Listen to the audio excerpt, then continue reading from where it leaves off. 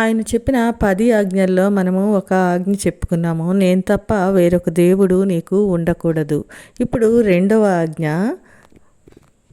నిర్గమకాండము 20వ అధ్యాయము 4వ వచనంలో, పైన ఆకాశం అందే గాని క్రింది భూమి అందే గాని భూమి క్రింద నీళ్లయందే గాని ఇండు దేని రూపమునైనను విగ్రహమునైనను నీవు చేసుకొనకూడదు, వాటికి సాగిలపడకూడదు, వాటిని పూజింపకూడదు.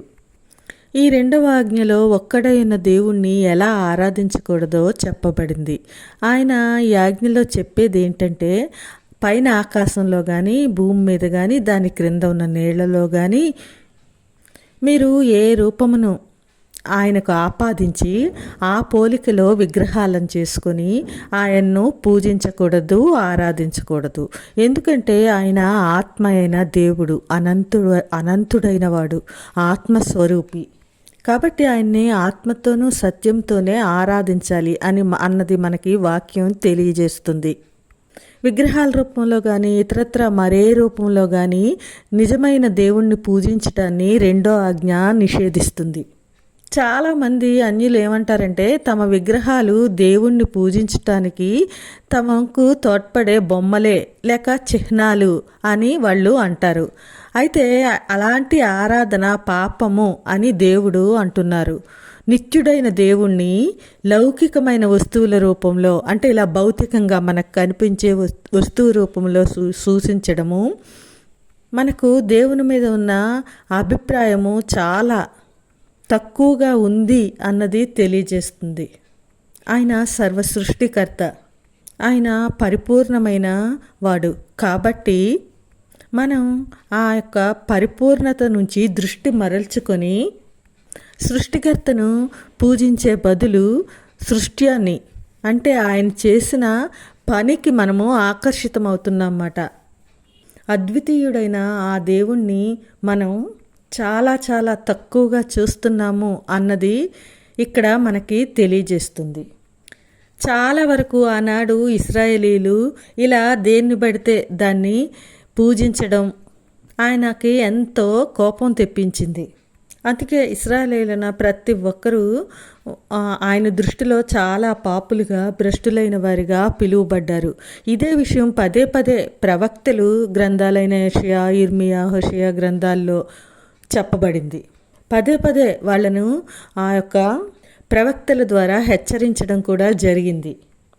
ద్వితీయోపదేశకాండము 4వ అధ్యాయము 15వ వచనంలో మోషే గారు ఇశ్రాయేలు ప్రజలకు ఇలా చెప్తారు. హోరేబులో యెహోవా అగ్నిజ్వాలల మధ్య నుండి మీతో మాట్లాడిన దినమున మీరు ఏ స్వరూపమును చూడలేదు. కావున మీరు చెడిపోయి భూమి మీదనున్న ఏ జంతువు ప్రతిమనైనను, ఆకాశము ముందు ఎగురు రెక్కలు గల ఏ పక్షి ప్రతిమనైనను, నేల మీద ప్రాకు ఏ పురుగు ప్రతిమనైనను, భూమి క్రింద ఉన్న నీళ్లయందలి ఏ చేప ప్రతిమనైనను, ఆడ ప్రతిమను కానీ మగ ప్రతిమను కానీ ఏ స్వరూపము కలిగిన విగ్రహమును మీ కొరకు చేసుకొనకుండునట్లును, అలాగే ఆకాశం వైపు కన్నులెత్తి సూర్యచంద్ర నక్షత్రములైన ఆకాశ సైన్యం చూచి మరులు కొల్పబడి మీ దేవుడైన యెహోవా సర్వాకాశము క్రింద ఉన్న సమస్త ప్రజల కొరకు పంచిపెట్టిన వాటికి నమస్కరించి వాటిని పూజింపకుండునట్లును మీరు బహు జాగ్రత్త పడుడి అని మోషే ఆ ప్రజలకు హెచ్చరిస్తున్నారండి. అలాగే యెషయా గ్రంథము 44వ అధ్యాయం 15లో చూసుకుంటే, ఒకడు పొయ్యి కట్టెలకు, దానికి ముందు 14వ వచనంలో, ఒకడు దేవదారు చెట్లను నరకవలనని పూనుకొను. వాళ్ళు అడవి వృక్షంలో ఏదో ఒక దాన్ని తీసుకొని పొయ్యి కట్టెలకి దాన్ని ఉపయోగిస్తారు. అలాగే వాటిలో కొంత తీసుకొని చలి కాచుకుంటారు, నిప్పు రాజబెట్టి రొట్టె కాల్చుకుంటారు. ఒక తుండు తీసుకొని దాంతో ఒక దేవతను చేసుకొని దానికి నమస్కారం చేస్తారు. దాంతో ఒక విగ్రహం చేసి దానికి సాగిలి పడతారు అంటూ 10వ వచనంలో, ఎందుకు ఎవరు ఆలోచన చేయరు? అగ్నిలో సగము కాల్చి తిని నిప్పుల మీద పెట్టి రొట్టె కాల్చాను, దాని మాంసం వండుకొని తిన్నాను, మిగిలిన దాన్ని తీసుకొని దాంతో హేయమైన దాన్ని ఎలా చేస్తాను, ఎలా ఆ చెట్టు మొద్దుకు సాగిల పడతాను అని ఎవడు ఆలోచించడు. యోచించుటకు ఎవరికి తెలివి లేదు, వివేచన లేదు అంటున్నారు ఆయన.